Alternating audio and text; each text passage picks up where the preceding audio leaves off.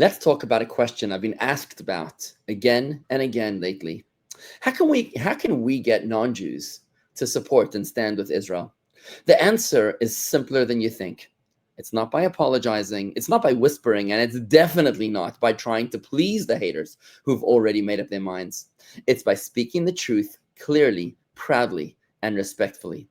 Watch this cute clip of people invited to have a date with Israel without having any idea what they're in for. Watch this.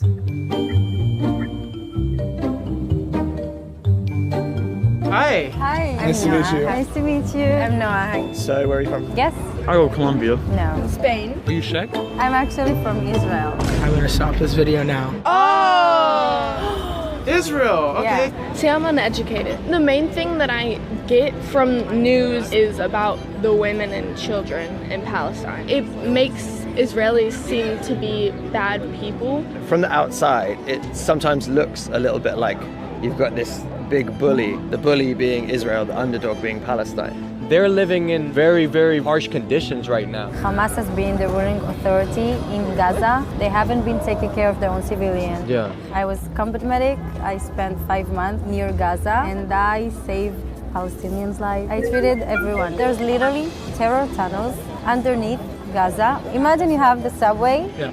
But instead of subway, like underneath the ground, you have just like terror bases. And that's Gaza. I didn't know that, by the way. I didn't know that. How are you and your family? We knew a lot of people who were murdered on October 7th. You just look at life differently. I'm glad your family's okay. I'm really sorry to hear about what happened to your friends. I really wish the whole conflict would end. Just want peace, actually. It's like our main goal. We don't want war. We never asked for war. That's scary. I'm glad that you help people.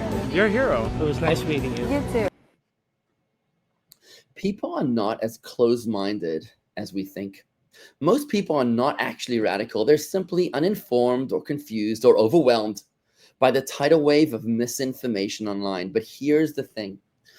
When we speak with clarity, when we stand our ground, when you explain Israel's story without fear or apology, you win hearts.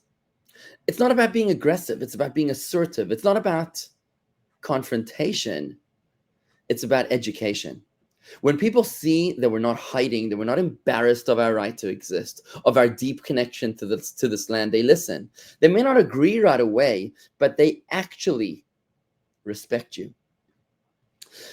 You know, the Torah tells us that essentially the Torah should have started with the very first commandment to the Jewish people, which is halfway through the book of Exodus. But the reason why the Torah begins with all of the stories of Adam and Eve and Abraham and Sarah and Isaac and Rebekah and Jacob and Esau and the 12 tribes of Israel, Joseph becoming the prime minister of Egypt and the descent of the Jewish people into slavery, is because of the promise that is repeated all over Genesis, and that is the promise that God made to give the land of Israel to the Jewish people. That's why it's called the Promised Land. And the reason why God found it necessary to include that promise in the Torah is because this is what our sages tell us 900 years ago, quoting a sage from 2,000 years ago, that the time will come in the future when the nations of the world will refuse to accept the right of the Jewish people to live in the land of Israel. They'll refuse to accept the right of the Jewish people to rule and govern the land of Israel. They'll claim that the Jewish people have stolen the land of Israel.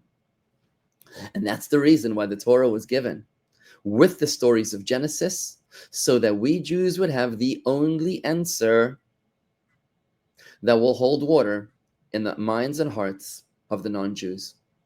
When we tell them that God created heaven and earth, and that God promised this land to the Jewish people, and we are claiming our God-given right to this land by living in the land of Israel, they will actually respect us. Now, I know you might think that this sounds outrageous, outlandish, and absurd to invoke the Bible when it comes to a political matter, but I urge you to consider which other argument has held water. You might be surprised to see how many Gentiles actually believe in God, even more than the Jewish people believe in God. They have a very strong faith. The Christians, the evangelical Christians, are extremely strong in their faith. Even the Muslims are very strong in their faith. Many non-Jews are big believers in God, and in many cases more than us Jewish people. When we have the courage to stand strong and to say that we are exercising our right to the land that was promised to us by God. Think about it. No other land on earth is called the promised land. Every other nation on earth has conquered the land that they inhabit. They are all essentially colonists, colonialists, invaders of previous nations. Every inch of Europe, even America, is conquered from other people. It's only the land of Israel where the Jewish people are reclaiming their heritage, their birthright, their inheritance that was promised to them by the CEO, the master of the universe himself.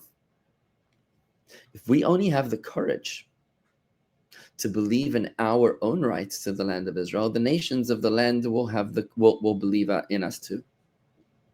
And that's why the Bible begins with the book of Genesis, so that we Jews would muster the courage and the strength falling on the book of Genesis to be able to answer the nations of the world in 2025, in a world after October 7th, to explain to them why it is that this land belongs to us. I'm not necessarily talking about the radical haters, the people that will attack the Jews for any which reason, completely irrational and illogical. I'm talking about the 80% in the middle. The people that are on the fence, they're just getting fed false narratives through the news and their peers. And it certainly doesn't help when they find the Jewish people weak in their own faith.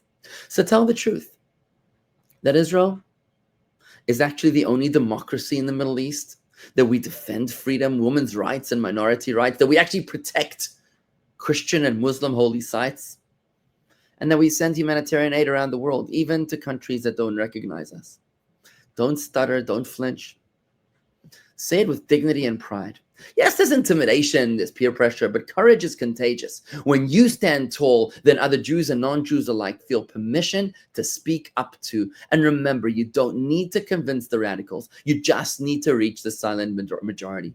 The decent people who are still on the fence, they're waiting for someone like you and me to explain it clearly. That someone is you. You don't need to be a politician or a professor. You just need to know the truth and to share it with respect. Because Am Yisrael Chai is not just a chant. It's a declaration of moral clarity. And when we live by it with serenity and strength, then the world sees it too. Let's stop apologizing and start teaching. Let's speak up, not with fear, but with faith. If this message inspired you, then share it with someone who needs to hear it. Because truth, when spoken with love, still has the power to change the world. Shalom. May God bless Israel and all who stand with her.